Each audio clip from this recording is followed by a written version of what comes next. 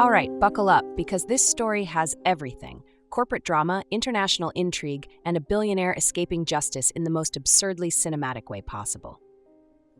Meet Carlos Ghosn, business mogul, master strategist, and, apparently, part-time escape artist. If this was a movie, you'd call it Mission Improbable and wonder how much of it was made up. Spoiler, none of it. Carlos Ghosn was the golden boy of the auto industry. Born in Brazil, raised in Lebanon, and educated in France, he climbed the corporate ladder with the kind of precision you'd expect from a guy running two of the world's largest car companies. He wasn't just CEO of Nissan and Renault, he was the CEO, the man credited with saving Nissan from bankruptcy and turning it into a global powerhouse. They even called him Le Cost Killer, which honestly sounds like a superhero name if superheroes slashed budgets instead of bad guys. But here's where things get juicy. In November 2018, Ghosn was arrested in Tokyo, accused of financial misconduct. The charges? Underreporting his income and misusing company funds.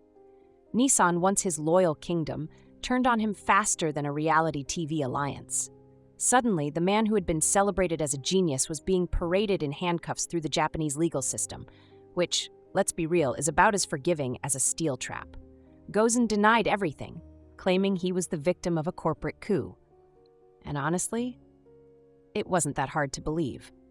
Nissan's executives weren't exactly thrilled about their French overlord's plans to merge the company with Renault, and what better way to stop him than by tossing him into legal purgatory? Cue the conspiracy theories, the courtroom drama, and the endless headlines. But here's the thing about Ghosn. He wasn't just going to sit around and let his empire crumble. Oh no. While the Japanese authorities were patting themselves on the back for catching their corporate villain, Ghosn was plotting something straight out of an action thriller. He was about to pull off one of the most daring escapes the world had ever seen. So there he was, Carlos Ghosn, the former titan of the auto industry, stuck in Tokyo under house arrest. He wasn't living the high life anymore. His days were filled with strict bail conditions. No leaving his home without permission, no internet access, and absolutely no talking to his wife. Imagine going from jet-setting across the globe to barely being allowed to walk to the corner store. For a guy like Ghosn, this wasn't just punishment. It was personal torture. But Carlos wasn't the type to sit quietly and wait for his fate to be decided. No, he was brainstorming. And while most people in his position might be working on their defense, Ghosn had a different idea. You know what? I'll just escape. Now, pulling off a stunt like this wasn't going to be easy. Japan's legal system has a conviction rate of 99%, which is another way of saying, you're not getting out of this. But Ghosn wasn't about to be part of that statistic. He began assembling a team, a ragtag crew of experts straight out of a heist movie. Leading the charge, Michael Taylor, a former Green Beret turned private security specialist. If anyone could pull off an international jailbreak, it was this guy. The plan was nothing short of genius. It all started on December 29, 2019. Disguised as a member of a visiting music band, Ghosn slipped out of his home unnoticed. And here's the kicker. The escape hinged on a large black box meant for transporting audio equipment, the kind you'd see at a concert venue, not a high-profile getaway. Ghosn was stuffed into the box, complete with air holes to keep things, breathable. The box was taken to a private jet waiting at Osaka's Kansai International Airport. Here's where it gets even crazier. Japan's airport security doesn't screen large cargo for private flights. That's right, no one bothered to check the mysterious human-sized box. And just like that, Ghosn was loaded onto the plane, hidden in plain sight. The jet took off, bound for Istanbul, Turkey, where the plan had an even wilder twist. Ghosn switched planes in Istanbul in the middle of the night, moving from one private jet to another. This was a carefully orchestrated move designed to throw off any potential trackers. From there, it was smooth sailing, or rather, smooth flying, to Beirut, Lebanon. When the plane landed in Beirut, Ghosn stepped out of the shadows and into freedom. Lebanon, his ancestral homeland, had no extradition treaty with Japan, meaning he was safe from being sent back. It was the perfect hiding spot, and Ghosn wasted no time settling in. When the news broke that Carlos Ghosn had escaped, the world collectively lost its mind.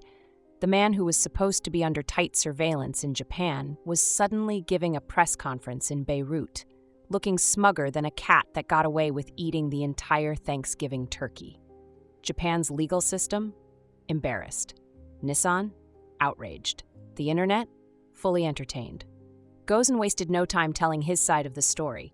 He held a massive press conference where he painted himself as a victim of injustice, railing against what he called the rigged Japanese legal system. He claimed the charges against him were baseless, part of a corporate conspiracy to take him down. Whether you believed him or not, one thing was clear. Ghosn was free, and he wasn't planning on going back anytime soon. Meanwhile, Japan's authorities were scrambling to figure out what had gone wrong.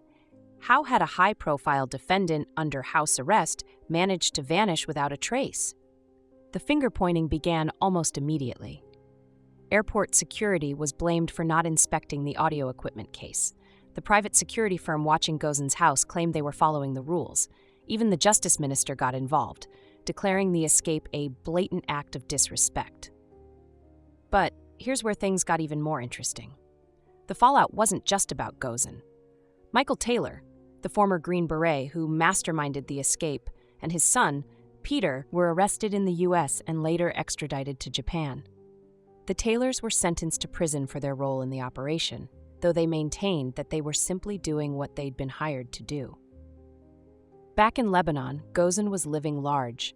He settled into a luxurious villa in Beirut, surrounded by the comforts of his wealth and influence. Lebanon had no extradition treaty with Japan, meaning Ghosn was essentially untouchable. While he was barred from leaving the country, he didn't seem to mind. In interviews, he continued to insist on his innocence, painting himself as a martyr of corporate politics. And then came the media circus. Ghosn's story inspired countless articles, documentaries, and even a feature-length film. Apple TV Plus released a series, Wanted: The Escape of Carlos Ghosn, chronicling his rise, fall, and dramatic flight from justice. The audacity of his escape captivated audiences worldwide, solidifying his place in the pantheon of infamous fugitives. But what about his legacy? For some, Ghosn remains a hero, a man who fought back against what he called a rigged system. For others, he's a symbol of unchecked corporate greed, a man who used his wealth and connections to dodge accountability.